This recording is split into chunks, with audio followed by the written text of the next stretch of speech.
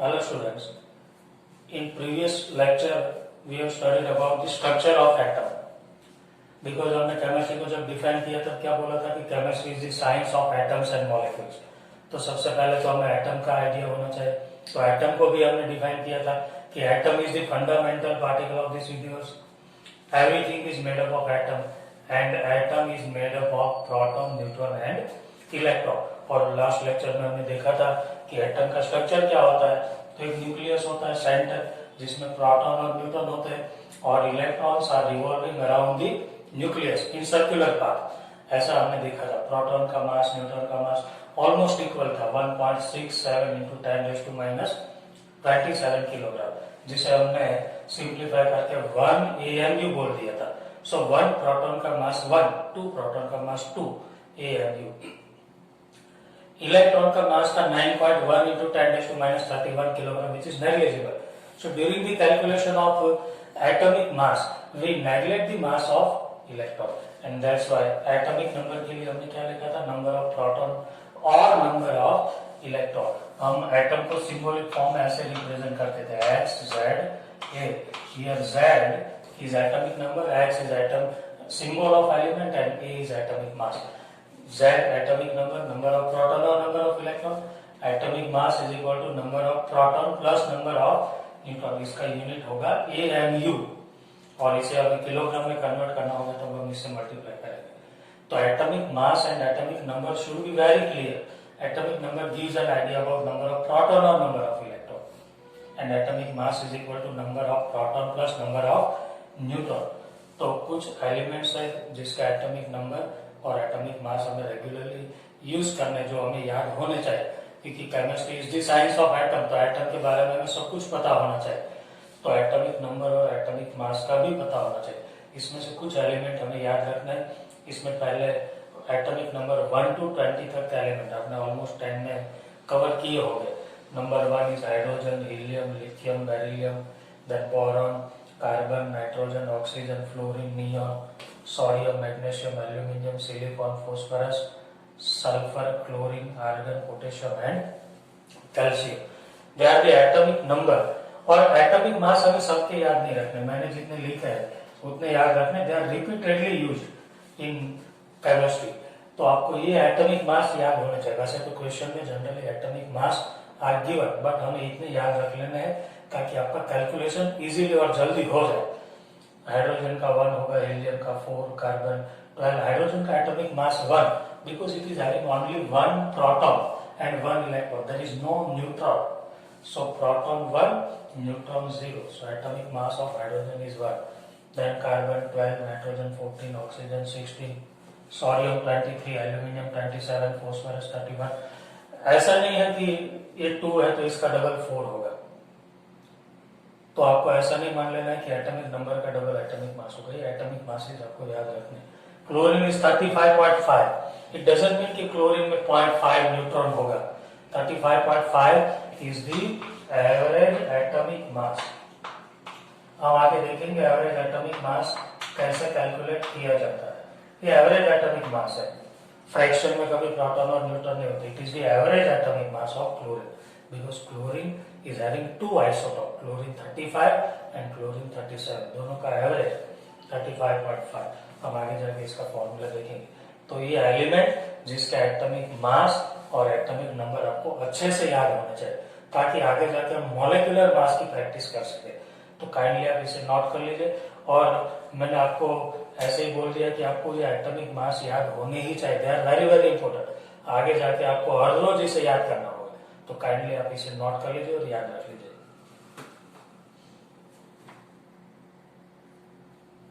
अच्छा, तो हमने एटॉमिक मास के बारे में स्टडी कर लिया कि atomic mass is equal to number of proton plus number of neutron. इसमें से मैंने आपको जो बोला वो एटम का एटॉमिक मासेस आपको याद होने चाहिए। हाइड्रोजन का 1 है, फिर हीलियम का 4 था, कार्बन का 12, नाइट्रोजन 14, ऑक्सीजन 16। ये सब एटॉमिक मास है। इसे लेकर हमें मॉलिक्यूलर मास कैलकुलेट करना है। Molecular mass means mass of a molecule, एक मॉलिक्यूल का mass. What is molecule?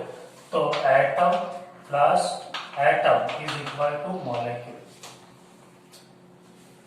More than one atom combine, then molecule is formed, like H2SO4, HNO3, HCl, H2O, या तो फिर O2 को भी आप molecule बोल सकते हैं, N2 is also molecule, CO2 is also molecule, they all are molecule. तो mass of molecule is called molecular mass. और molecule कैसे बनता है, तो by combination of atom. तो simply ये पूरा molecule है, उसके mass को हम बोलेंगे molecular mass. एक H2SO4 के mass को हम बोलेंगे molecular mass. Only one H2SO4, one molecule of H2SO4. तो इसका पूरा mass कितना होगा, तो हम ऐसे करेंगे 2 into mass of hydrogen plus 1 into mass of sulfur. 2 hydrogen है इसमें, एक सल्फर है, 1 सल्फर और 4 ऑक्सीजन है. एक हाइड्रोजन का मास मैंने अभी अभी आपको बोला 1 होता है, सल्फर का हमने लिखा था 32 होता है, ऑक्सीजन का 16 होता है, तो टोटल हो गया 98 U और AMU हमने यूनिट लिखा था ना इसका, unified mass. So it is the molecular mass of sulphuric acid H2SO4 कितना होगा 98 यूनिट. क्या करेंगे, जितने भी एटम्स है उसके नंबर लिख देंगे, फिर उसके एटॉमिक मास लिख देंगे, टोटल कर देंगे. सपोज नाइट्रिक एसिड है तो 1 hydrogen 1 nitrogen is there plus 3 oxygen आ जाए. हाइड्रोजन का मास कितना होता है 1, फिर नाइट्रोजन का कितना होता है हमने लिखा अभी अभी 14 और ऑक्सीजन का कितना होता है 16. It becomes 63 total atomic mass of nitric acid 63 AMU atomic mass unit. Then HCl का क्या होगा, simple 1 hydrogen plus 1 chlorine. Hydrogen का 1 है, क्लोरीन का 35.5 था, तो HCl का हो गया 36.5 AMU, या तो फिर आप उसे U भी लिखते हैं एटॉमिक मास यूनिट और unified mass. Water 2 hydrogen plus 1 oxygen, 2 hydrogen 1 oxygen, hydrogen का 1 होता है, ऑक्सीजन का 16 होता है, टोटल हो गया 18 AMU और U.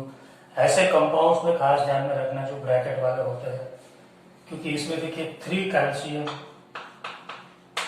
प्लस ब्रैकेट के अंदर जो होता है उसे ब्रैकेट के बाहर वाले से मल्टीप्लाई कर देना सबको. सी फॉस्फोरस कितने हैं यहाँ पे 1 into 2, सो 2 फॉस्फोरस, और ऑक्सीजन कितने हैं 4 into 2, सो 8 ऑक्सीजन. अब सबकी वैल्यू रख देनी. कैल्शियम का कितना होता है 20, फॉस्फोरस का कितना होता है 31, ऑक्सीजन का कितना होता है 16. तो इसको मिल जाएगा आपको इसका मोलर मास जो मोलिकुलर मास. इसमें भी देखिए ये कंपाउंड इस पोटासाइलम 2 potassium C2 potassium, then 1 sulphur, then 4 oxygen 4, then 2 aluminium. ये यहाँ मल्टीप्लाई नहीं होगा, ब्रैकेट वाले को ही होगा 2 एल्यूमिनियम, देन 3 सल्फर. ये 1 है ना, 1 into 3 ब्रैकेट के बाहर वाला ब्रैकेट के अंदर वाले को मल्टीप्लाई होगा 4 3 12 ऑक्सीजन, प्लस ये जो है वो पीछे वाले सबको मल्टीप्लाई होगा डॉट करके, जो H2 होगा ना 2 3 4 5 होंगे, पीछे वाले सबको मतलब 24 दूजा 48 हाइड्रोजन एंड 24 दूजा 24 ऑक्सीजन. अब सबकी वैल्यू पुट कर देना. पोटेशियम का 39 होता है, सल्फर का 32, oxygen 16, aluminium 27, sulphur 32, oxygen 16, 1 and 16. तो आपको ये मिल जाएगा molecular mass of this compound. So molecular mass is the mass of molecule and molecule is made up of atom plus atom. जितने भी atoms है उसका total कर देना, that is molecular mass. So molecular mass is very very important in this chapter because आगे जाके हमें concept study करने वाले जिसका नाम है mole concept, which is the most important topic of the chemistry, और उसमें आपको molecular mass का study करना होगा. So molecular mass आपको पता होना चाहिए, तो इसे भी आप नोट कर लीजिए एग्जाम्पल, फिर हम आगे चलते हैं. ओके, तो मॉलिक्यूलर मास आपको क्लियर हो गया होगा. ये इसका यूनिट खास ध्यान में रखना, एटॉमिक मास यूनिट है. मॉलिक्यूलर मास का यूनिट होगा AMU और U. इसे किलोग्राम में कन्वर्ट करना है तो मल्टीप्लाइड बाय 1.67 into 10⁻⁻27 किलोग्राम. तो एक H2SO4 के मॉलिक्यूल का मास होगा 98 into 1.67 into 10⁻⁻27 किलोग्राम. मतलब very very less because molecule is very small. ये जो एग्जांपल्स है वो आपको होमवर्क में सॉल्व करना है और आपको खुद ट्राई करना है। इसमें देखिए 2 एल्यूमिनियम, 3 सल्फर एंड 4 12 ऑक्सीजन। तो इसे देख के आप इसे सॉल्व कर पाएंगे। तो इसे भी नोट कर लीजिए और इसे आपको होमवर्क में सॉल्व करना है।